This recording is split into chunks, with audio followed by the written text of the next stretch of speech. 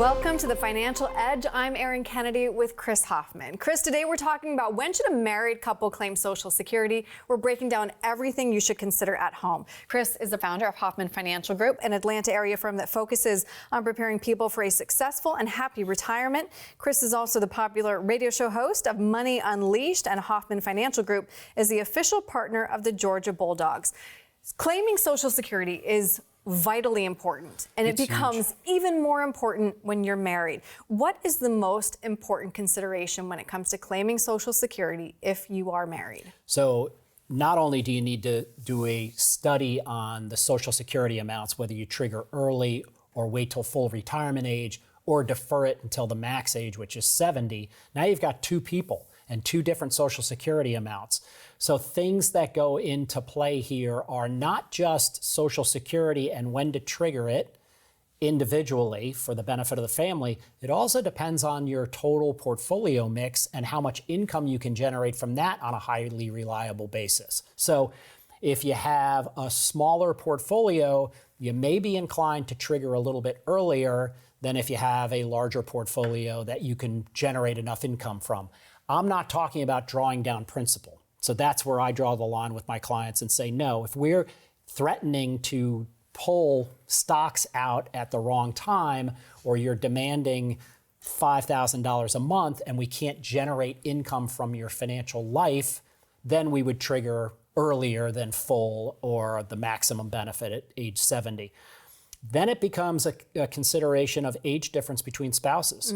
So if we know that one spouse most likely will live longer, we want to set one of them up to step into the highest amount possible. So maybe one turns on at 67 and the other one waits until 70. That way the surviving spouse gets that higher benefit.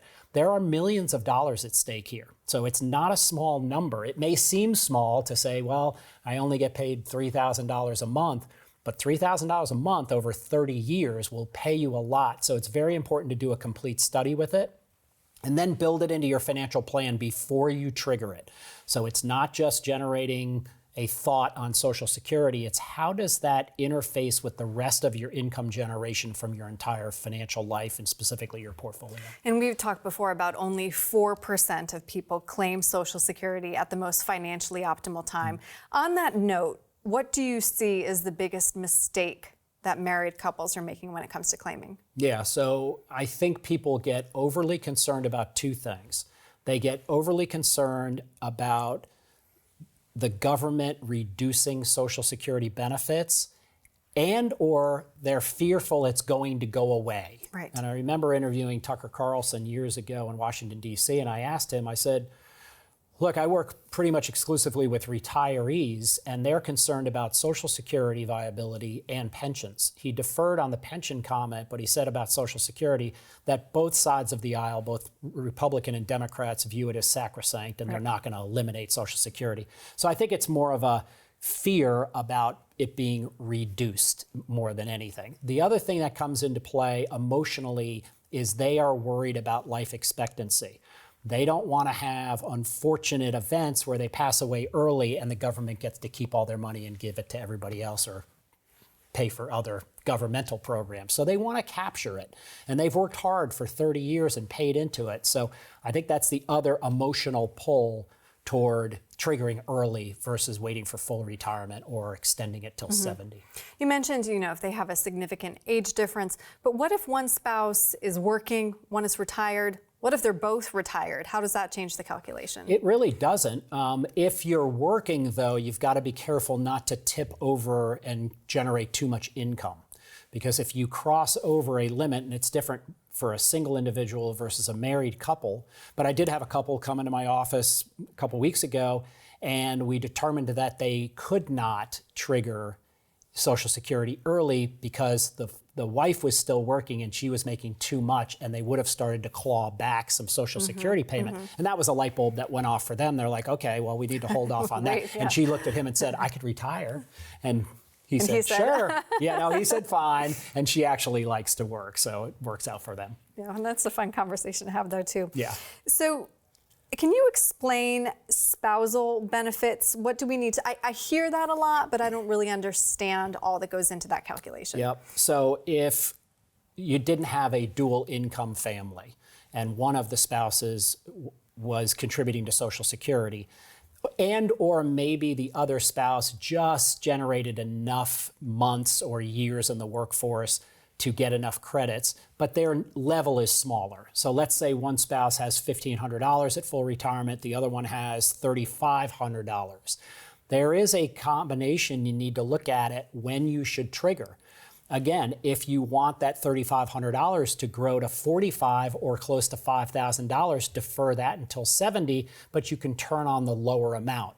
That doesn't always play out. And again, it has to fit inside the full financial plan, and specifically the income study and the income planning that we do is a big trigger around it. You also need to understand that Social Security is taxable up to 80%. So we need to measure out how much tax impact you're going to get hit on Social Security before you trigger it. What if one spouse never worked?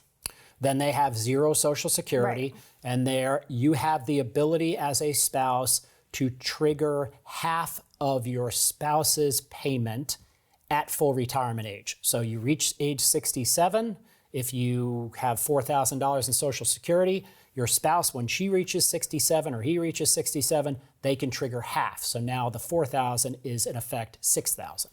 But if you wait until you're 70 to claim, does the spouse get half of that larger amount? No, they get half of the full retirement. Oh, interesting. There's so much about Social Security. And you used to be able to file and defer, and your spouse could trigger. They've eliminated that. So there are some rules, and we use a software tool to make sure we're current on all the changes. You know, Chris, just having this conversation underscores how this needs to be a conversation about when you claim Social Security. It is not a calculation that you do online. No, that's true. It's a calculation, and then look at the data and then talk it over and say, what do we want our lifestyle to be?